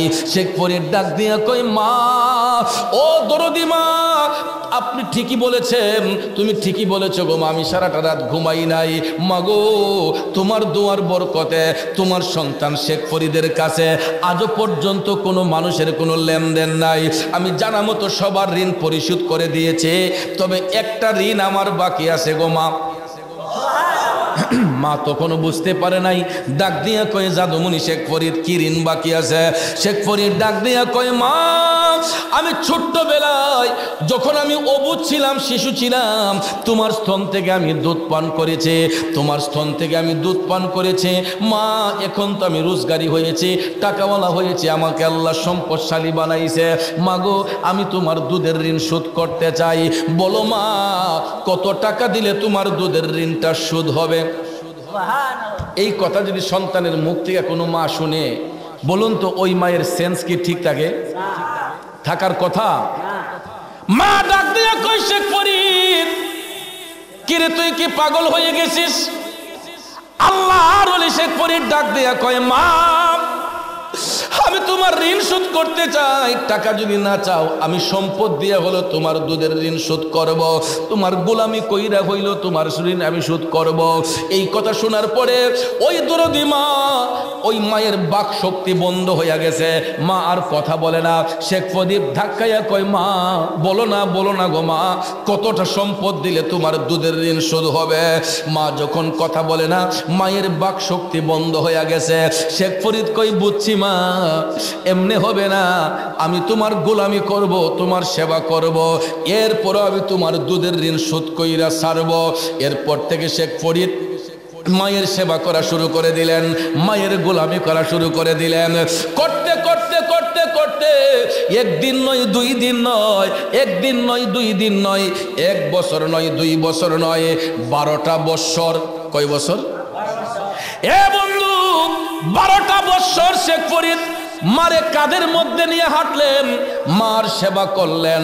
12 বছর পরে কাঁধের মধ্য থেকে মারে লামাইয়া শেখ ফরিদ কয়, আম্মা, একদিন নয়, 2 দিন নয়, 12টা বছর তোমার গোলামি আমি শেখ ফরিদ করছি গো মা। ও মা, 12 বছর তোমারে কাঁধে লইয়া হাঁটলাম, মাগো, এবার বলো তোমার দুধের ঋণ শোধ হইছেনি?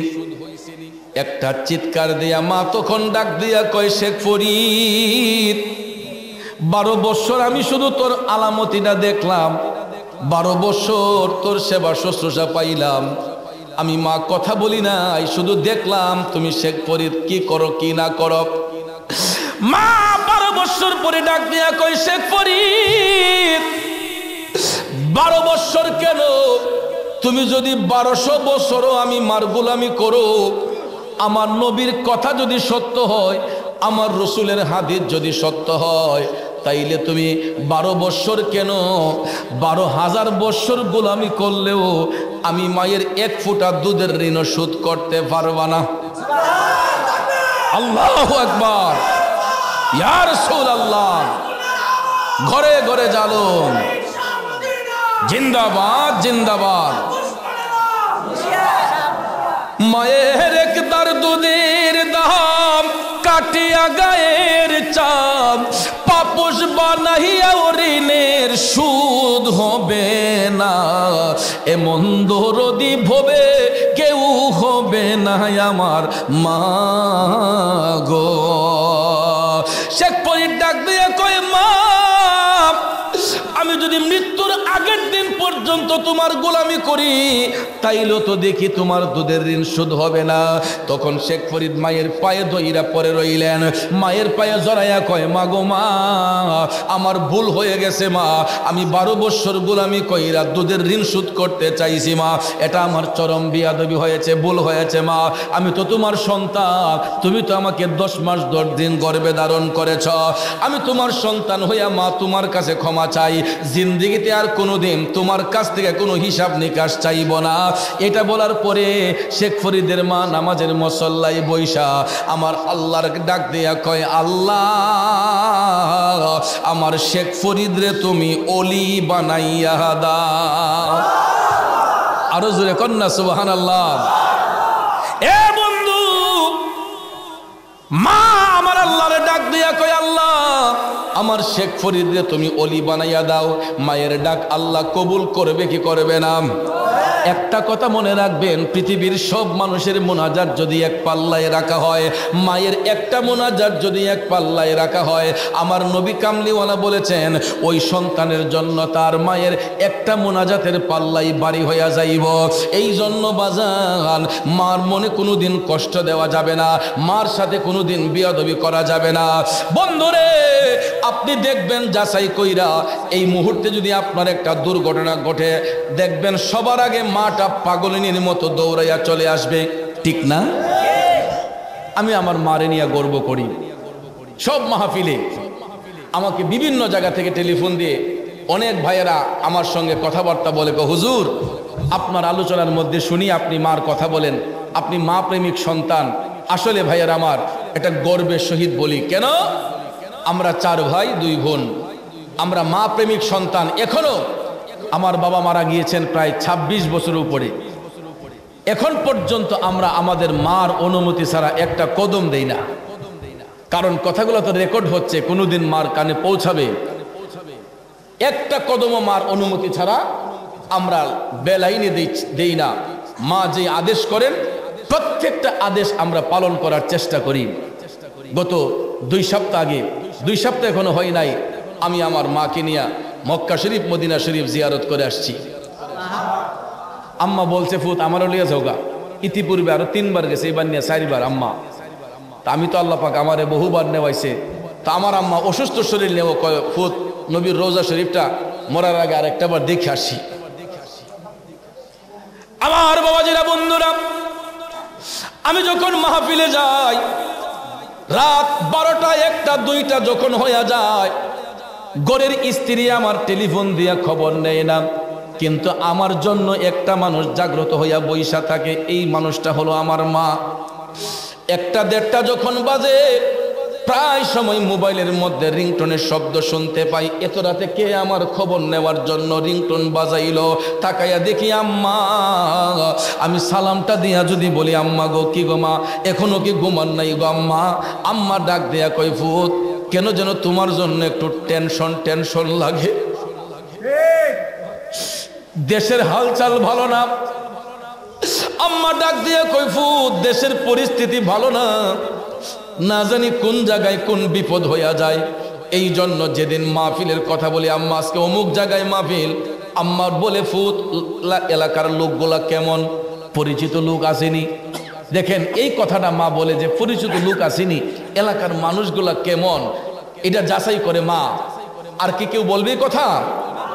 এরকম শুধু আমার মা কেন, আপনিও যখন একটা অন্য জায়গায় যাবেন, আপনার মাও দেখবেন আপনারে বলবে যে ফুত জায়গাটা বালানি, ফুত এলাকার মানুষটি কেমন। কথা কোন ঠিক না বেঠে?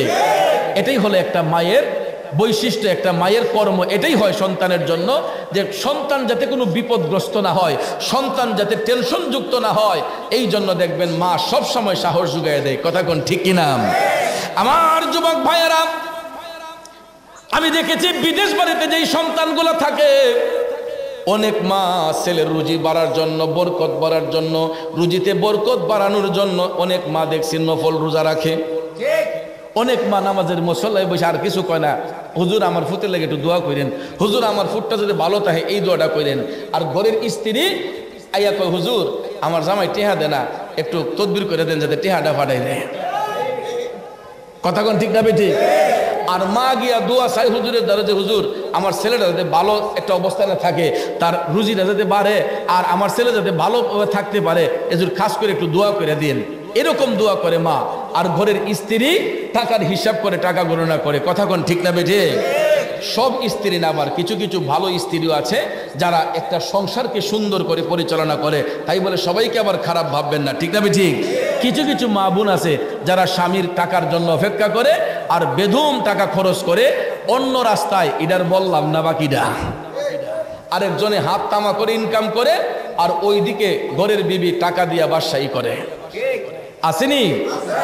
এই জন্য ভাইয়ার আমার, 2 সপ্তাহ আগে আমি যখন সৌদি আরবে ছিলাম, আমি আমার প্রবাসী বাঙালিদের কষ্টের জিনিসগুলা দেখে আসলাম, তাদের মনের কষ্টগুলা বুঝে আসলাম। এমনও ছেলে আছে কাজ নাই, বৈশা বৈশা খাইতেছে, কিন্তু বাড়ি থেকে চাপ দিতেছে টাকা পাঠানোর জন্য। পাঠাইবো কেমনে? কাজ নাই, কাম নাই। কত কষ্টে বিদেশ বাড়িতে দিন কাটাইতেছে আমাদের প্রবাসী রেমিটেন্স যোদ্ধারা। 2 মাস 3 মাস কাজ করাইয়া টাকা দেয় না, বেতন দেয় না। এত জঘন্য ব্যক্তিগুলা, ছেলেগুলা হাত তামা করে ফেলছে, পরিশ্রম করতেছে। 8 মাস 9 মাস হয়ে গেছে, 3 মাস হয়ে গেছে, এদেরকে বেতন দেয় না। আর ওই সমস্ত বিহেভগুলা করতেছে কিছু কিছু কোম্পানির সুপারভাইজার। এর মধ্যে আমাদের বাঙালি সুপারভাইজার অনেকে আছে। 10টা 20টা লেবার নেয়, নেওয়ার পরে এদের কাছ থেকে এদেরকে কাজ করাইয়া এদের নাম দিয়া কোম্পানি থেকে বিল উঠায় বড় অঙ্কের। সে নিজে বড় লোক হইয়া এলাকার মধ্যে গিয়া 5 কানি 10 কানি জমি রাখে, আর ওই ছেলেগুলারে কষ্টে দিন কাটাইতেছে। 10 দিন কাজ করাইলে 1 দিনের বেতন দেয়, 10 দিন কাজ করাইলে 2 দিনের বেতন দেয়, তো বাকি 8 দিনের বেতন যায় কই? এগুলা এই সুপারভাইজাররা মাইরা বিভিন্ন এলাকার মাঝে গিয়ে হেরা দানবীর হয়। আছে না নাই? মসজিদও 50,000 দেলায়, মাদ্রাসাত 1 লাখ দেলায়। মানুষে তো কয় বাবা রে, হে দিহালি হি দিন গেল বিদেশ, কত টিয়ার মালিক হয়ে গেছে গা। টাকা কি গাছও ধরে যে যারা দিলি পরে? এত রাতারাতি বড় লোক হয় কিভাবে? পরের হক মাইরা। এই জন্য বাবাজিরা আমার, পায়ে হাত ধরে বলবো, জান্নাত যদি পাইতে হয় এই সমস্ত অন্যায় অত্যাচার ছেড়ে দিতে হবে বাজানো। আমার দয়াল নবী জাহান্নামের মধ্যে যাইয়া এই দৃশ্য দেখলেন, যারা মা বাবার মনে কষ্ট দেয় এদের কবরের মধ্যে আগুন জ্বলে। আমার আলোচনা সংক্ষেপের দিকে নিয়ে যাব, কারণ সময় চলে যাচ্ছে। বন্ধুরা আমার, বাবাজিরা, এবার জাহান্নাম দেখতে যাইয়া রসুল আরেকটা পাশ দিয়া গেলেন, যাইয়া দেখতেছেন আমার মা বোনদের আযাব। পুরুষ বাড়িতে কব হুজুর সকল আযাব কে হালি আমরা পুরুষের লেগে, মহিলার কোনো শাস্তি নাই। জাহান্নামে নারীদের শাস্তি সবার আগে ছিল, কারণ রসুল যখন জাহান্নামে দেখতে আরেক পাশ দিয়ে গেলেন, যাইয়া দেখতেছেন কিছু কিছু নারীদেরকে চুলের সঙ্গে ঝুলাইয়া, চুলের সাথে ঝুলাইয়া তাদেরকে শাস্তি প্রদান করা হচ্ছে। আমার দয়াল নবী টপ টপ করে চোখের পানি ছেড়ে কান্না করতেছেন, ও জিব্রাইল, এই হতভাগ্য নারীগুলা কারা? জিব্রাইল আলাইহিস সালাম বলতেছেন, ইয়া রাসূলুল্লাহ, এরা আপনার উম্মতের মধ্যেই একদল নারী, এরা দুনিয়ার জমিনে পর পুরুষ থেকে তাদের চুলগুলা লুকাইয়া রাখতো না। চুল খুলুন না ভিডিও আসেনি আমরা দেশ, রাস্তাঘাটে চললে, বিভিন্ন বিয়ে শাদীর অনুষ্ঠানে গেলে, পার্লারিং করলে দেখবেন তাদের চুলের বাতাস আরেকজন মানুষের নাকের মধ্যে গিয়ে লাগে। কথা কোন ঠিক না ঠিক? চুলের শোভাটা যখন আরেকটা পুরুষের নাকে লাগে ওই পুরুষটা ওই নারীর দিকে আকৃষ্ট হয়ে যায়। কথা কোন ঠিক না ঠিক? এই জন্য ভাইয়ের আমার রসুল বলেছেন যেই নারীগুলা চুল খুলে রাস্তাঘাটে চলাফেরা করে হাসরের ময়দানে আল্লাহ তাআলা ওই ব্যক্তি নারীদের চুলের সঙ্গে ঝুলাইয়া তাদেরকে শাস্তি প্রদান করা হবে। এর শাস্তির কারণ হলো এরা পর পুরুষ থেকে নিজের চুলকে লুকাইয়া রাখতো না। নবী আরেকটু সামনে গিয়ে দেখতেছেন আরো কিছু কিছু নারী দেখা যায় এদেরকে জিহ্বার সাথে ঝুলাইয়া পেরাক দিয়ে শাস্তি প্রদান করা হচ্ছে। জিহ্বার মাঝখান দিয়া পেরাক ঢুকাইয়া জিহ্বার সাথে এদেরকে ঝুলাইয়া শাস্তি প্রদান করা হচ্ছে। আমার নবী কান্না করতেছেন। জিবরাইল আলাইহিস সালাম বলতেছে নবী গো এই নারীগুলা আপনার উম্মতের মধ্যেই একদল নারী, এরা দুনিয়ার জমিনে তাদের জবান দিয়ে আপন স্বামীকে গালিগালাজ করত এবং এরা এই বাড়ির ঝগড়া ওই বাড়িতে লাগাইতো। এরকম সাংবাদিক আসেনি? কথা কোন আসেনি? আপনার ঘরে ফান্ডা হাই ওই দেখবেন গেছে গা দক্ষিণ পাড়া গিয়া কয় চাষি গরনি গো, ঠিক না বেঠে? চাষি গরনে কিতা গো আগো শুনছুনি কুনতা কয় কিতা কয় অমুকে তো তার বউ ছেড়ে দিছে। আসেনি এরকম? অথচ তারা স্বামী স্ত্রী মধ্যে মনোমালিন্য হয়েছে এই বিদিকে আহি বড় ফান হাইয়া এই কথা যখন জানছে এই সংবাদটা সরাইবার লেগা দেখবেন ঠাস করে দক্ষিণা দিকে গা, উত্তরা দিকে গা, ফুবা দিকে গা, পশ্চিমা দিকে গা গিয়া আরো 10 জন রে এই ঘরে গিয়া ফান হাইতেছে শুন হাইতেছে আগো হে জামাইয়ে যেই কথা কইছে, ঠিক না বেঠি? এরকম রেডিমেড সাংবাদিক আছে না? কার গরু কিতা হইতেছে না হইতেছে দেখবেন নীরবে আইটে গিয়া সিফাদা কানাদা ছাইয়া দেহে এই গরু কিতা হইতেছে না হইতেছে, আবার এই ঘরের কথা নিয়ে আরেক ঘরে লাগায়, ওই ঘরের কথা নিয়ে আরেক ঘরে লাগায়। এরকম চুকুল করি মহিলা আছে না নাই? এদের শাস্তি হবে জাহান্নামে। রাসূল বলেছেন এদের জিহ্বার সাথে পেরাক দিয়া ঝুলাইয়া আমার আল্লাহ তাদেরকে শাস্তি প্রদান করবে। কারণ হলো এরা স্বামীকে গালিগালাজ করত এবং পরনিন্দা করত। জোরে কোন নাউজুবিল্লাহ। যাক বাজার আমার জাহান্নামের আলোচনা বহুত করলাম, এবার জান্নাতের মধ্যে চলে যাই। আমার রাসূল জাহান্নাম দেখার পরে জান্নাতের মধ্যে যখন প্রবেশ করলেন, জান্নাতের দরজা দিয়ে প্রবেশ করার সাথে সাথেই রাসূল দেখতে পান জান্নাতি একটা খুশবু নবীজির নাক মুবারকে লাগতেছে। এত সুন্দর খুশবু দেখা আমার নবী মুস্কি মুস্কি হাসতেছেন। আর হাসতে হাসতে রাসূল যখন জান্নাতের মধ্যে প্রবেশ করলেন দেখতেছেন কিছু কিছু নূরের মহল দেখা যায়। এক একটা মহলের মধ্যে এক একজন লোক আরাম করতেছে, সুস্বাদু খাবার খাইতেছে। আমার রাসূল ডাক দিয়ে বললেন ও জিবরাইল একটু আগে দেখলাম কি এখন দেখতেছি কি এত সুন্দর সুন্দর মহল, এত সুন্দর সুন্দর ঘর দেখা যায়, এক একটা ঘরের মধ্যে এক একটা লোক বৈশা সুস্বাদু খাবার খাইতেছে। জিবরাইল আলাইহিস সালাম ডাক দিয়া কয় নবী গো ইয়া রাসূলুল্লাহ এরা আপনার মুমিন উম্মতের মধ্যে একদল লোক। ইয়া রাসূলুল্লাহ এরা আপনার উম্মতের মধ্যে মুমিন। নবী গো আপনি যেই নূরের মহলগুলা দেখতেছেন এইগুলা দুনিয়ার কোনো ঘর বাড়ি না, এইগুলা হচ্ছে আপনার মুমিন উম্মতের এক একটা কবর। ইয়া রাসূলুল্লাহ এইগুলা দুনিয়ার কোনো ঘর বাড়ি না, এইগুলা আপনার মুমিন উম্মতের এক একটা কবর। এরপরে রাসূল এই দৃশ্য দেখে আইসা দুনিয়াবাসীকে জানাইলেন যে মুমিনদের কবর নূরের একটা মহল হইয়া যায়। এটা 3.5 হাত থাকে না। আমরা যদিও 3.5 হাত কবরে মুমিনদেরকে দাফন করে আসি, 40 কদম দূরে আসার সাথে সাথেই আমার আল্লাহ রহমতের ফেরেশতা পাঠাইয়া মুমিন ব্যক্তির কবরটাকে 70 গজ প্রসারিত করে এক একটা মুমিনের কবর এক একটা জান্নাতের মহল হইয়া যায়। এই জন্য মুমিন ব্যক্তিরা কবরের মধ্যে জিন্দা থাকে, এরা আরামায়েশ করে খাবার দাবার খায়, সেখানে নেক আমল করে কিয়ামত পর্যন্ত মুমিনদের কবরে তারা জিন্দা অবস্থায় বসবাস করবে। সুবহানাল্লাহ বলেন। এই কারণে কোনো আল্লাহর ওলি দুনিয়া থেকে যাবার পরে আমরা দেখবেন তাদের মাজার শরীফের জায়গাটা একটু বড় পরিসরে করি না? অনেকে ফতোয়া দেয় যে একজন মানুষ 3.5 হাত কবরে শুইব, অত জায়গা লইয়া অত উঁচা কইরা এই ঘর বানানোর দরকারটা কি? ভাইয়ের আমার আসলে এদের বুঝের অভাব। কারণ মুমিন ব্যক্তি যারা হয়, যারা আল্লাহর বন্ধু হয়, যারা আল্লাহর ওলি হয়, এদের কবরটা 70 গজ প্রসারিত হইয়া নূরের মহল হইয়া যায়। এই জন্য আমরা দুনিয়াবাসীরা নবীজির এই হাদিস শরীফ রিসার্চ কইরা আল্লাহর ওলিগণ ওফাতের পরে তাদের কবরের জায়গাটা, মাজার শরীফের জায়গাটা আমরা একটু বড় পরিসরে করি, কারণ তারা তো আল্লাহর বন্ধু, ঠিক না ঠিক? আল্লাহর ওলি এই জন্য ভাইয়ারা আমার, বন্ধুরা আমার রসুল বলছেন মুমিন ব্যক্তিদের কবরটা নূরের মহল হইয়া যায়। যেই কারণে আমরা অলিদেরকে ভালোবাসা তাদের ওফাতের পরে তাদের মাজার শরীফের জায়গাটা একটু বড় করে রাখি। কথা কোন ঠিক না বে ঠিক? কিন্তু ভাইয়ারা আমার, বন্ধুরা আমার, আল্লাহর অলিগণ এরা হচ্ছে আসমানের পিলার। এই যে দেখেন টিনের চাল দেওয়া হয়েছে, পিলারটি যদি না থাকতো এই চালটা ঠিক লইলে, তাইলে আমরা তো দেখতেছি আসমানটা ঝুল্লা রয়েছে, যে এই আসমানের তো কোনো খুঁটি নাই, কিন্তু আসমানেরও পালা আছে। আসমানের পালা হচ্ছেন নেককার সালেহীন বান্দাগণ।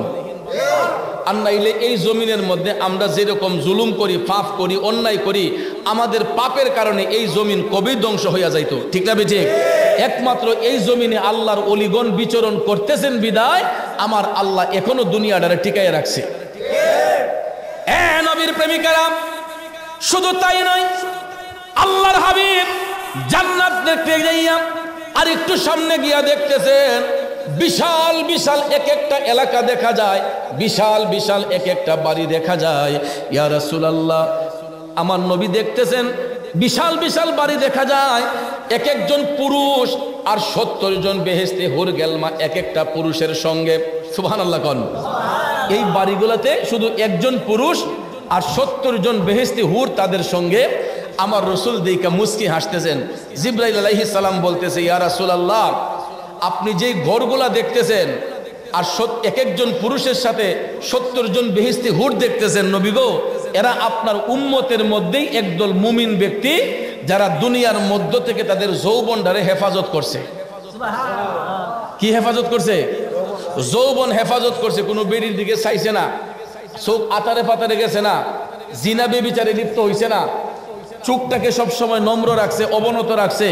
এই জন্য রসুল বলতেছে, জিবরাইল বলতেছে, ইয়া রাসূলুল্লাহ, যৌবনটাকে হেফাজত করার কারণে, যৌবনের হেফাজত করার কারণে পুরস্কার হিসেবে আল্লাহ তাআলা ওই সমস্ত জান্নাতি পুরুষদেরকে বেহেশতের 70 জন রমণী দান করছে। এরা তাদের সেবা করবে কিয়ামত সংগঠিত হওয়ার আগ পর্যন্ত। তাহলে ভাইয়ের আমার, আপনারা বলুন, জান্নাত চাই না জাহান্নাম চাই? তো জান্নাতের মধ্যে যাইতে হলে আমাদের নেক আমল করার দরকার আছে না নাই? তাহলে আজকের পর থেকে কেউ নামাজ কাজা করব, রোজা কাজা করবেন? আমরা নামাজ পড়বো না ছাড়বো? জোরে বলেন, পড়বো না ছাড়বো? আজকে দেখা যায় অনেক মানুষ হাট বাজারে বসে থাকে, আজান হওয়া সত্ত্বেও দোকানপাটে বসে থাকে। তাইলে ওয়াজ শুনে লাভ হইল কি?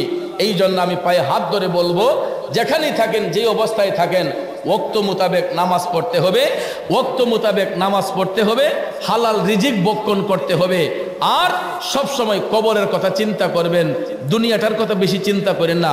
দুনিয়াটা ক্ষণস্থায়ী। দুনিয়ার যতদিন থাকবেন, সকালে ঘুম থেকে উঠার পরে আল্লাহর কাছে বলবেন, আল্লাহ, এই দিনটাই মনে হয় আমার জীবনের শেষ দিন, এই দিনটাই মনে হয় আমার জীবনের শেষ দিন। রসুল বলেছেন, যেই ব্যক্তি দৈনিক 40 বার মরণের কথা স্মরণ করে, ওই ব্যক্তি জীবনে কোনোদিন পাপ কাজ করতে পারে না। যেই ব্যক্তি দৈনিক 40 বার লোকটা যে মারা যাবে এই কথাটা স্মরণ করলে, আমার রসুল বলছেন ওই ব্যক্তিটা কখনো সে ঈমান হারা হয়ে মরবে না, তাই ঈমানের সহিত দুনিয়া থেকে বিদায় হবে। এই জন্য ভাইয়ার আমার, আল্লাহকে ভয় করতে হবে। কেননা আল্লাহ বলেছেন, মিনহা খালাকনাকুম ওয়া ফিহা নুঈদুকুম ওয়া মিনহা নুখরিজুকুম তারাতান উখরা। আল্লাহ কয়, বান্দা, আমি যেখান থেকে তোমাদেরকে সৃষ্টি করেছি আবার সেখানেই পাঠাবো, শেষ বিচারে ওই জায়গা থেকে উত্তোলন করব। কাজেই বাহাদুরি কইরা, সলচাতুরি কইরা কোনো লাভ নাই বাজান। আল্লাহকে ভয় করতে হবে, আল্লাহর সন্তুষ্টি অর্জন করতে হবে নেক আমলের মাধ্যমে। তাহলে বলুন, আমরা আজকের পর থেকে নামাজ ছাড়বো? আমরা 5 ওয়াক্ত নামাজ পড়বো, হালাল রিজিক খাবো, হারাম ব্যবসায় যাব না, আমরা কারো ক্ষতি করব না, আমরা সৎ পথে থাকবো। আল্লাহ রাব্বুল আলামিন যেন আমিষও আমাদের সবাইকে যেন নেক আমলের সহিত সৎ পথে পরিচালিত করেন। আমরা সবাই বলি আমিন।